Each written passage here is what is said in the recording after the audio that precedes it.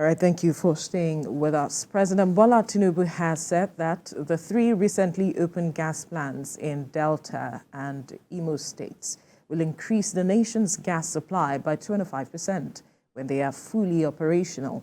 The president made the statement during the launch of the gas facilities in the State House in Abuja. Tinubu, who joined the inauguration virtually, said the plants will produce approximately 500 million standard cubic feet of gas in the aggregate, which will be supplied to the domestic market. The president inaugurated 3 gas plants, which include the expanded AHL Gas Processing Plant, the ANOH Gas Processing Plant, and the 23.3 kilometers ANOH to Obiafu-Obrikom-Oben OB3 custody transfer metering station gas pipeline. Also, he affirmed that his administration is intensifying its coordination of other significant projects and initiatives that will guarantee the earliest achievement of gas-fueled prosperity in the country. Joining us in the studio is columnist, essayist, TV host Sam Omashe. Good morning. It's good to have you. And we also have here with us gas and renewable energy specialist Adelanke Dayo Adikboju. Good morning. Thank you for joining us. Now, Sam, the floor is yours. Can you give us a sense of what these 3 gas plants mean for the industry and for the country? Yes. Beautiful. Thank you for having me once again. You're welcome. For the 25%, that attributes to essentially 500 million standard cubic feet, which essentially would be supplied to the domestic market through Escravos pipeline. That in itself increases the reliability within the nation. Reliability for the industries, for the power sector, and even the gas-based industries is very adequately important at this time, at this moment as we speak. We've seen a downward supply of reliability of gas in the past 3 years, and it's declined progressively. This in itself should shoot that reliability up as we speak. It's important that we understand the use of gas in the nation. Lagos alone, we have about 200 industries who utilize gas and have seen a decline of the gas supply. That being said, they had to utilize diesel in replacement of gas. With the high cost of diesel, you see that they cut down operations to be able to survive, leading to just loss of jobs in the country. This in itself is great news to the environment, is great news to the country, because you would see a progressive move, not only for transport, but also for industrial use. Right. We know that Nigeria has a huge deposit or reserve of gas as it is, and a lot of persons have always wondered why it is that we haven't been able to utilize it as such and give the nation what it needs as against this reliance on fossil fuel and all of it. Talk to us what the consumption was like before now that we are looking at improving about 25% on moving forward. Beautiful. I think I would like to start with what gas is today and why it's important. It gives the economy a sense of increased affordability of fuel, which is the primary use for most industries. And as we speak today, we're talking about affordability, we're talking about safety. And availability. And availability, correct. For us in Nigeria, it's important that we utilize this resource, the abundant gas, which is more than oil. We've been oil focused, now it's time to utilize the gas that we have in country. As we speak today, we utilize about 2,000 million standard cubic feet. And this in itself increased with the 25%, you see 2.5 going that direction once it's full capacity as they ramp up. I mean, there's a 3-month time period for ramp up. For us in Nigeria, the solution, and MEMAN, the solution is an energy mix.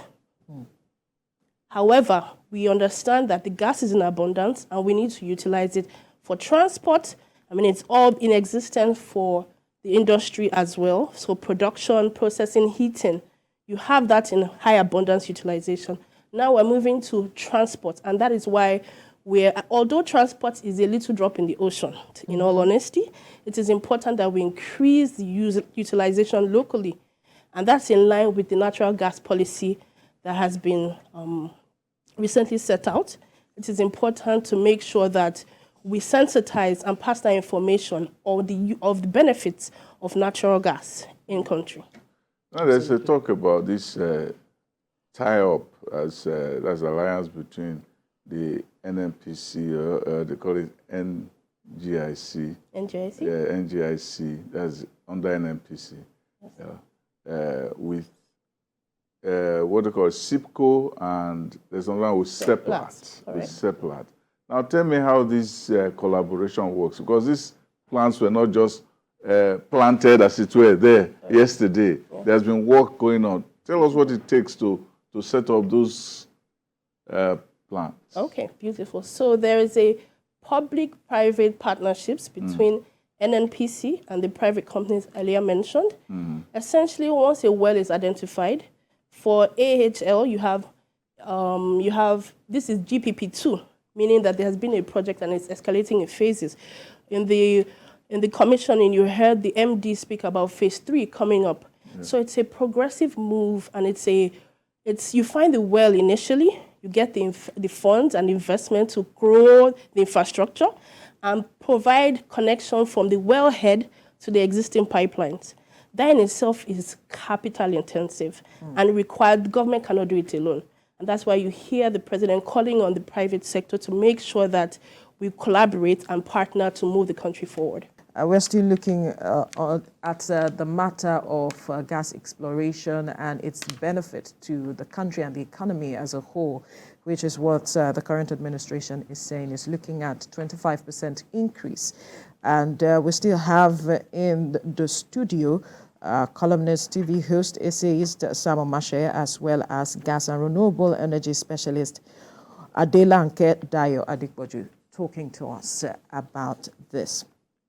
Now, before we went on the break, you were breaking down some of the matters with regards to this agreement between SEPLAT and NNPC, SIPCO and Co. But one point you mentioned that I think is important we speak about more often, so that Nigerians can perhaps embrace what the government is trying to do, is on the benefit of natural gas consumption in country. Speak to us about that. All right. So we've had natural gas being utilized in the industrial sector for over a decade now, or even more. And now there's been a push for transport use, so CNG. And we have some of our members, that's the Major Energy Marketers Association Nigeria. Some of our members are implementing the CNG add-on station as we speak. Through the PCNGI, we've seen a lot of progress than we've seen in years. We've seen incentives in tax, incentives in the IDEC, that's the custom waiver. We've seen progressive infrastructure development plans in place. For us, transport in itself, the huge benefit that we see is reduction in emission. The transport sector, as we speak, contributes 48% to the pollution in Nigeria. That in itself, if we're able to utilize CNG, we see a gradual decrease in carbon emissions. That in itself leads to improved health. Improve health to you and I, improve health to the common man is essentially important as we speak. It also leads to the reduction in cost, operational cost. Even in delivering our fuels today, you are using high rate of diesel consumption. If that's 50% reduced by CNG, you are able to recover your money in 3 months on investment of conversion or purchase of the vehicles. So it's very important that we key into this. There's so much work done by the PCNGI, which is very impressive, if I may say. And it's important that we key into it. However, there are challenges in that sector. There are challenges in terms of infrastructure. For us, we see a lot of build on the pipeline, the existing backbone pipelines. There needs to be more on the spur lines. As we speak, the CNG adoption is capital intensive. you see a standard plant costing about $2.4 million to produce and power about 6,000 vehicles. Do we have 6,000 CNG vehicles in country? No, we don't. We have about 5,000 of them as it is. Correct. And the PCNGI, that's the Presidential Committee on this Natural Gas Initiative, is saying that they are looking at about 1 million in 2027, which is just about 3 years from now. So it means that that's a tall order. Correct. From what you're saying. Correct. So for this to work, you need to match your supply, infrastructure placement, and demand. And that is what it leads to, if you're pushing so much for supply and you don't have the demand in place, then the private sector loses. They are not doing it for business anymore. It now becomes a charity. Yeah, correct. And you don't want that for survival for, the industry essentially. So there's collaboration, but there needs to be more talk on implementation. How do we implement this to work? We see our members playing in that space, rolling out stations before the end of May to add to the supply. We have about 3,000 fueling stations as we speak, and we're able to add on. That would help with the easy implementation. But we also need to make sure there's been a publication out on, the need to make sure that the government vehicles are utilizing CNG. Yes. A good step in the right direction. Right. But however, we need to sit down and make sure a match. And we don't want to have an overflow of supply or CNG stations in one location and not enough vehicles. In the other. Correct. Great. Correct. Right. Well, this issue of gas is an important part of the country. But even then, while we are talking about CNG buses, now the infrastructure for these 3 plants to supply across the country, how watertight is it? How extensive is it? Okay. The good part about these projects is that they've actualized their tying points to their existing infrastructure. So you have OB3, which leads to the Escravos pipeline. Yeah. So for them, it's for commissioning of the plants, making sure that the process, the gas is processed in due time, and they find the end user in time to be able to tie in that investment.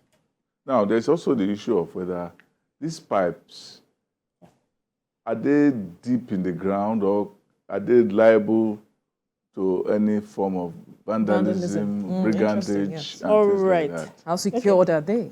Okay, so for gas, luckily, any tampering with the gas, there are city gates located in different locations, metering stations located in different locations.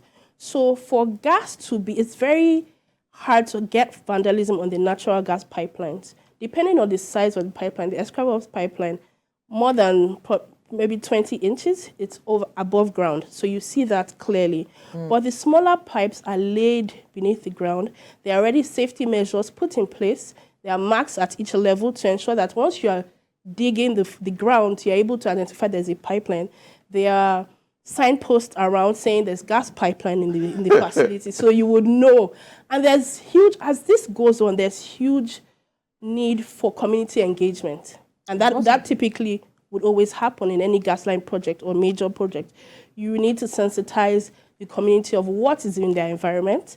Have some of them even watch it out for you that, hey, and we've had in my previous job, we've had, that kind of situation where there's an issue, there's a digging, you put a call through, there's close engagement with the community to make sure that there's additional surveillance and supervision on the happenings around the community. So we don't want a situation where some people want to say, free gas. Right. Free debt. Can't tap from it. That would be free debt because it's not fluid. Correct. Where you can just put it in a bucket. Correct. You have to have some form of technology to even steal Tamper it. with it. Correct. But Nigerians are very inventive people. Very correct. You're right. For gas, and that's the natural gas methane, it is on the pipelines, it ranges between 8 to 10 bar. And at every metering station, which is usually monitored, you will see a progressive decline in pressure once there is a tampering or there's some issue. You can't tamper with gas pipelines and pass it on like fuel. It's lighter than air and it dissipates faster. So you wouldn't be able to actually, achieve anything. Attempt, correct. And what we see with the CNG implementation in vehicles is reduces pilferage, because you can't do that unlike diesel, where a tanker driver, probably you give him 900 liters and he probably uses 700, but the industry has adapted some kind of incentives to reduce that. So for CNG, it's very hard to, or for natural gas, it's very hard to tamper with. And to steal it. It's exactly. It's like trying to steal a spirit. Correct. And with sensitization, like what we're doing and we've seen the government do, it's very important that we build the knowledge in country, let people know what they use, the safety, how to handle it is equally important. Yes. And through the Memang Competency Center, we've set up an industry competency center where we share weekly information on safety, on gas, on biofuels, on renewable energy. We make sure that people know what the utilization is about and why it's important, and the ways to handle this product in the safest manner and best practices. Are you getting feedback on that? Yes, we do get feedback. We take incidents that happened and we review on best practice, what could have been done to make this better, to avoid this, and the feedback has been tremendous.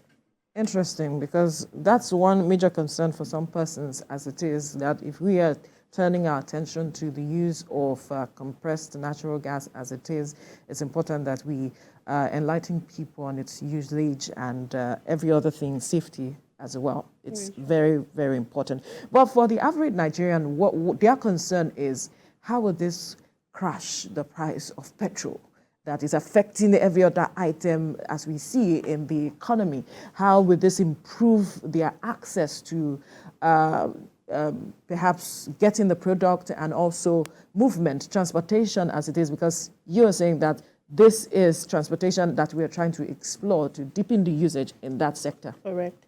Okay, so I've mentioned the areas of opportunity, the challenges, which is infrastructure. So infrastructure, slow adoption. We've also seen that, the lack of knowledge, as we mentioned. But to answer your question, it's important that people know the cost savings between PMS and CNG. You have about 30 to 40%, savings. And that being said, the government still needs to, and NMDPRA still needs to make sure that, the pricing is monitored. Gas is indexed in dollar. And the dollar... Why is that? A lot of the investments have been dollarized investments. And for us to have increased investment in that area because of its high cost, the system has been set up by the policy in place, that's the PIA, to make sure that these transactions are dollarized, to make sure that they recover the investment and have an opportunity to attract additional investors to the sector. Now, what it means is that the foreign exchange component of it is significant. Very significant. Yeah, so can you speak to that? Right. So, in the breakdown of the CNG cost, you have feed gas, which the NMDPRA has spoken to, which is gas from the wellhead. You have transportation charge, you have distribution charge, you have the compression charge, if it's CNG. That in itself requires a lot of investment. We're at the point where we're reviewing a MEMAN to say, should a portion of the gas price be in Naira? What could be done to make this FX impact reduced in the long run? It's very important. But also the three plants, right, one in Delta and the two in Imo, they're also supposed to generate for us foreign exchange. Correct. What is the profile of that? Because we're going to be exporting gas from there. Is there a sense of what part of the gas should be for local consumption and the ones for foreign exchange and export? Right. From what we've seen, the gas is majorly domestic use. So you have LPG components, you have natural gas components, you have condensates. All of this. Can you distinguish So for LPG is liquefied petroleum gas, and that is mostly propane or butane. For natural gas, it's methane, that's CH4. And then for condensates, it's the thicker, substance that is extracted during processing of the gas. Now, for LPG, it's our typical cooking gas. LPG can also be utilized for natural gas vehicles as well. and for power? And for power, not so much. But for what we see, the progressive use of LPG in country is for cooking. Now, we are sensitizing people that it can be used for LPG, but you would not use the same kits as CNG and LPG, so there's a distinct difference. So for now, we're seeing that all of this, the LPG, there's, the publication and information out there is that this production from these three major plants would reduce the importation of LPG in country, and that in itself reduces the pricing. As we speak, the issues between LPG and CNG is the pricing. CNG is cheaper than LPG when you utilize in vehicles. So for sure, it's to bring down that cost of LPG and see how it can compete with CNG in the long run. But as we speak, those are the major utilization. The plants are aimed at domestic use in country. What of power? Okay. Yes. So for the three power plants, for the three gas plants, you have supply to the power industry. That's power to the grid. Excuse me. And that in itself is, we've seen the impact of the price review in the power sector. The band A, people with more than 20 hours of power. I don't know if you experience it, but I do, and it's been increased, and that in itself is because of the gas pricing, the supply challenges, making sure there is increased reliability in that sector to make sure there is adequate power for all the power plants that supply the nation and the national grid. So we wouldn't be having situations like gas shortage Correct. as it is, and every other thing, and blackouts and stuff, and then perhaps in the long run, I would see a crash in the tariff, perhaps. Perhaps, yes. We've not had grid collapse for a while, but we hope that with this, that will also ensure that they have enough gas in the system. Yes, to power the engines, to power the power plant itself. Correct. Great. Now, let's come back to this matter that you mentioned earlier, talking about Forex, the dollarization of the whole matter of the gas as it is. I'm wondering the impact on the pricing, because you said it's cost intensive as it is.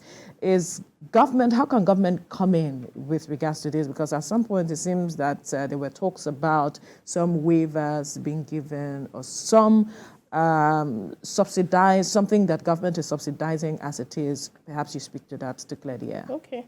So for the gas pricing, there's been a review of the pricing according to the PIA done by NMDPRA, that's the Nigerian Midstream and Downstream Regulation. And that pricing speaks to power, speaks to commercial use, and gas-based industry, with which transportation will be subsumed under.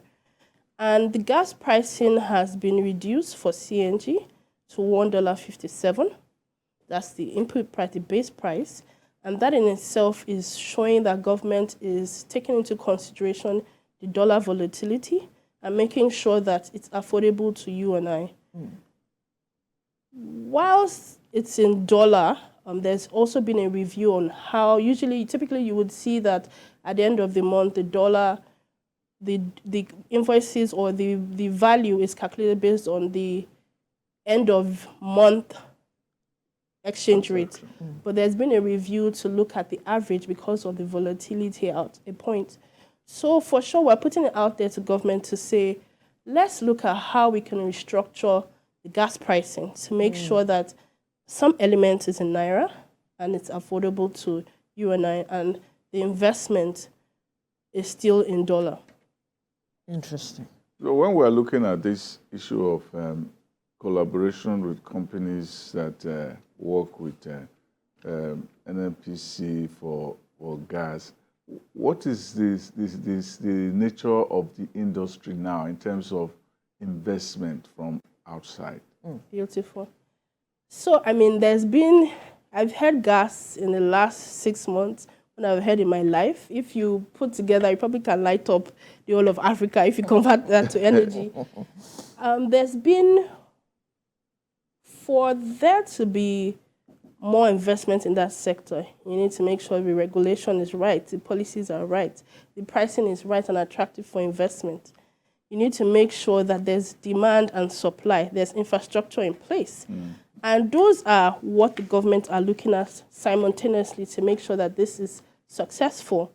It's to make sure that the right policy is put in place, taking into cognizance the stakeholders, making sure there's close engagement with the stakeholders to make sure we have the right price, making sure that, and we've seen through the interview on the 3 gas pipelines that they support the new pricing, and that in itself makes the business environment for the gas sector more attractive. So those are the things put in place that the government has done, and as well as incentives for the CNG space for increased investment in the country. We have different industrial hubs in the country now, Correct. but especially in Lagos. You spoke about the fact that a lot of them use diesel, and this will give them opportunities to now shift to gas. Correct. Do they have the infrastructures in those companies for gas? Because maybe they have been used to diesel for a while. Okay, so as I mentioned, the gas industry has been in existence for a while, and through the gas link business in Lagos, you have distribution of natural gas through pipelines to the area of Ikeja, Apapa, Isolo, Festac, and moving on to VI. That in itself has about 200 companies within that utilize gas, natural gas as we speak. A lot of move has been for industry use because of their high consumption. So you have the likes of the bottling companies, you have the likes of the flour mills processing, different things that we consume every day. And food telecoms. and beverage. Correct, for powering their towers. Yeah. That in itself is to show that there's been use of this, and I think it's a time to also not advocate for transport alone, but advocate, because a lot of people still don't know that natural gas is being used in their neighboring facility or close to them. You have estates as well using CNG. It's important to get that knowledge out that you are saving about 40 to 50% in comparison to diesel for production. So it's very important to give that information out to make sure that you understand the basis of these industries. Natural gas is an input for their operational cost. If there isn't enough gas supply, you see issues with the cost of your water, the cost of your drinks, the cost of your food. It's a direct impact on those fast-moving goods that we use on our day-to-day. So if it affects, for instance, I'm interested in telecom, because if they start using less of diesel and start using more of gas, does it mean that the costs of running their operations will come down and therefore affect the cost of prices of items, telecom Spot transactions and so on? Does it naturally translate, or they will just say, "Oh, thank God, we have more profit"? Let us. Okay, so it depends on the industry. Maybe the time for people to start putting pressure on NCC to say, "Tell these people, let them reduce the per minute cost and per second cost and all those things that they have." Yes. Yes, I mean, you're right. It should, but again, we've talked about FX volatility. And that is, so as much as it's cheaper cost, there needs to be, that's further investigation, that further intensifying the need to make sure that the price is right. And for them, yes, a lot of industries use gas for production, But it's also very important to note that there are different structures to how you invest and start up your business. Operational cost is very high on that, but different companies, different. What would be the implication for the cost of diesel with more gas coming? The cost of diesel. So for more gas coming into the country, for sure you have a reduced consumption of diesel. We don't have issues with supply of diesel as we speak. It's readily available, and it would not affect the cost of diesel to import in country. What is essential to note is that CNG or natural gas is definitely way better in terms of pricing, in terms of safety, and in terms of maintenance cost on your engines. It would be. Will they force the diesel people to say, okay, now that people are not really asking for diesel, now let us bribe them by bringing the price down? I mean, there are a lot of competition. Yes, that could be an incentive to say, to encourage increased competition. Correct. There's some incentives for reduced or adopting CNG and offsetting diesel supply. Now, earlier on, you talked about policies in place and on the part of government, what should be done. I'm wondering what kinds of policies you want government to put in place such that perhaps it will drive what the government is trying to achieve, or if you have concerns with what is already in place that you want government to perhaps address moving forward so as we can achieve what we want to achieve. Right. And then when we're also talking about matters of demand and supply, what's demand like when we're looking at the use of gas in country? And even though we are looking at 25% more supply, do we have the readily available consumers for that or market for it? Yes. If you look at the track record of the issues in the industry, you see a deficit in gas supply. There's been an aggressive cry out for more gas, because there's readily available, there's an issue of supply versus demand. So the demand is outweighing the supply as we speak. And it's a good problem to have, in all honesty. It gives opportunity for, investors to come in, and for that being said, it's a contribution. This 25% is a contribution to an issue, an underground. Would it meet up for the demands we have on the ground?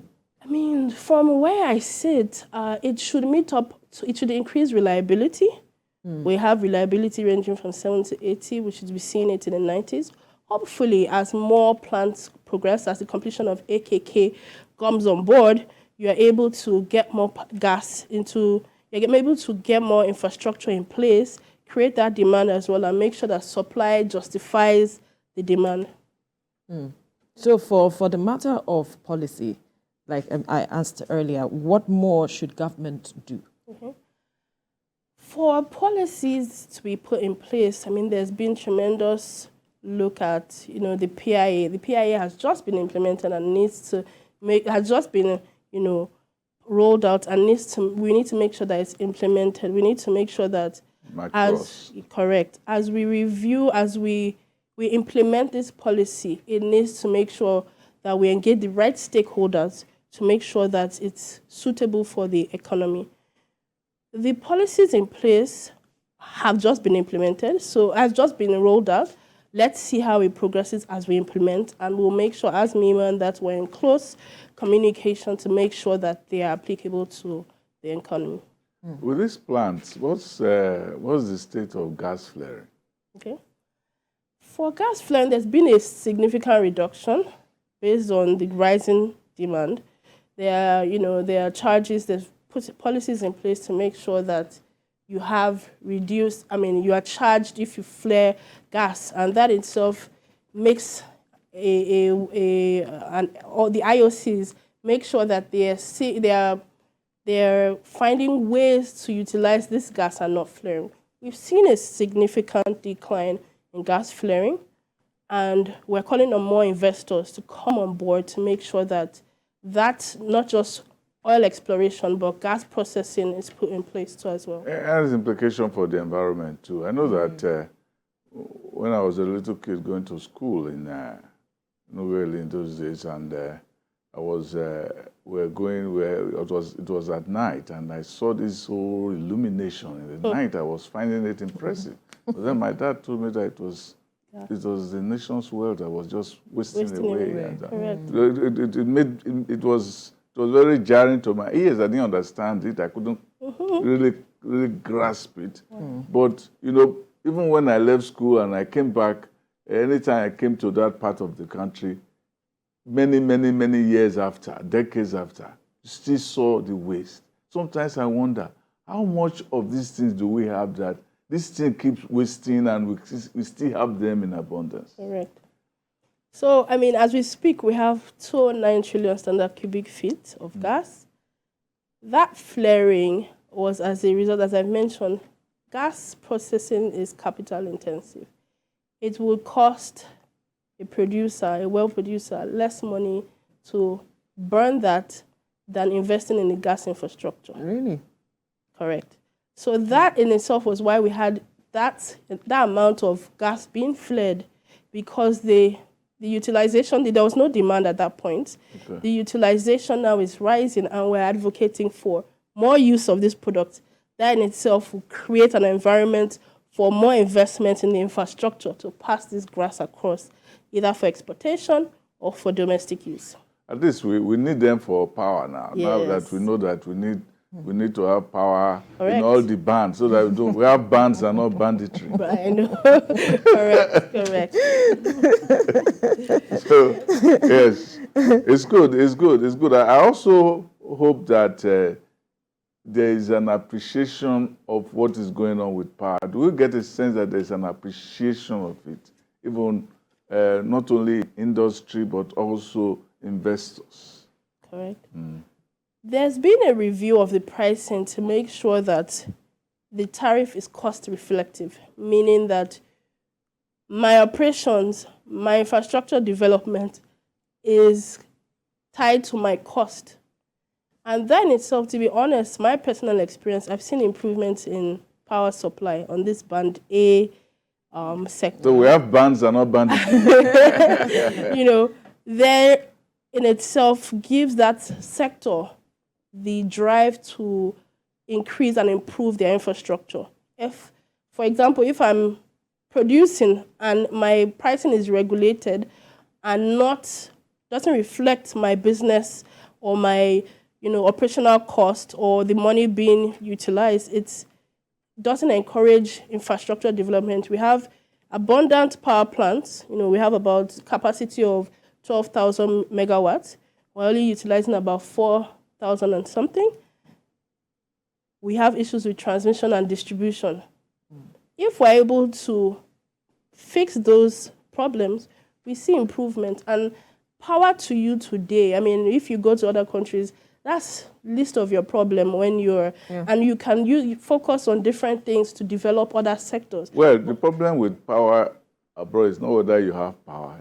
It's whether you want to, you have the money to pay. So you have a situation where in winter, people just want to leave their homes and go and stay in the mall or stay somewhere so that they won't be paying for the heat because it's very expensive. Nigerians don't know that abroad it's very expensive to pay for power, to pay for it and so on. True.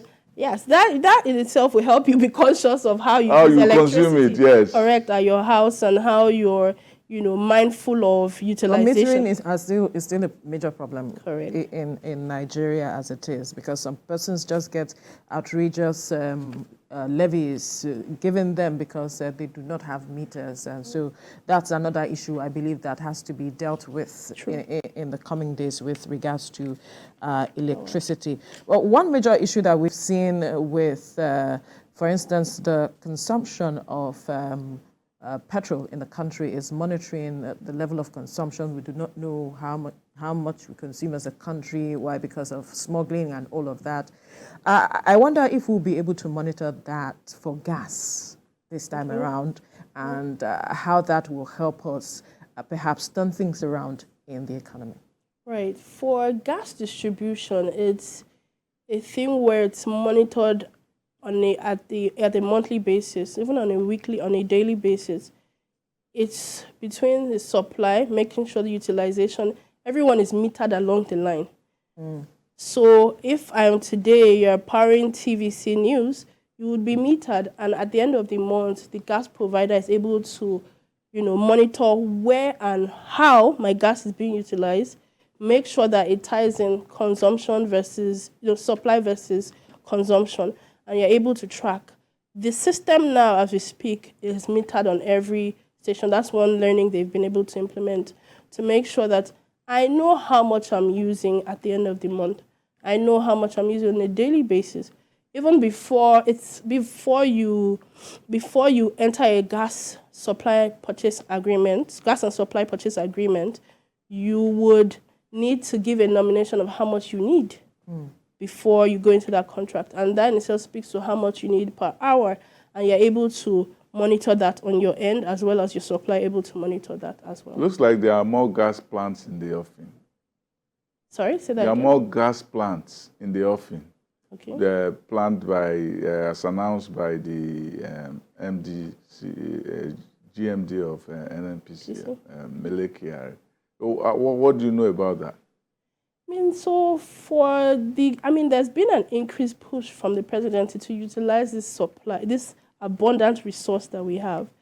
And as it would be it's an NNPC's duty to make sure that, there's enough supply, going into the right partnerships to make sure there's enough supply to meet the demand. So it's encouraged to make sure that we keep moving and we keep investing in this sector. It's the next gold for Nigeria, it's the next oil for Nigeria. So we need to make sure that collaboration, that partnership still progresses. And we have the enabling field for businesses to thrive that would attract investors as it is. But one major issue we have seen with regards to the matters of petrol consumption is the matter of scarcity. Are we hoping that that will not be the case with regards to this matter of gas? If we had seen that we have everything in place, although infrastructure is still a major challenge, how can we avoid that? Or are we not going to see that happen with regards to this? Yeah, so that's what I've mentioned about the weaknesses in this area that we need to make sure we focus on, is to make sure that as we grow the demand, there's supply. If we've seen it done in Ogun State, where they're able to implement buses and tap gas from NICO, the solution, I believe, would be to have a cluster solution, just like what we have with Ogun State. We have with Dangote utilizing CNG for his fleet in Abuja.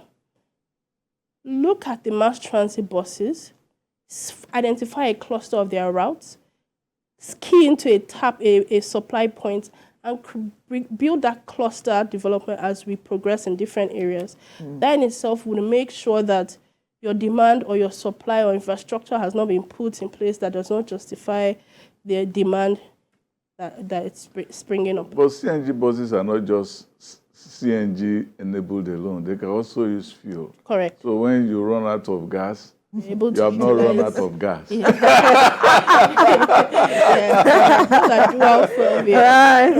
I like that. Well, this whole matter still comes down to Nigerians embracing. Correct. Embracing what government intends to do. But at the end of the day, our time seems to be up. So much has been said already, and we can only hope for the best at the end of the day. And like we mentioned, that Nigerians key into the plan of government. We must thank you then, Gas and Renewable Energy Specialist Adelanke Dayo Adikpoju, for your time on the program, as well as essays, columnist, TV host Sam Omashaya, for your time. Thank you.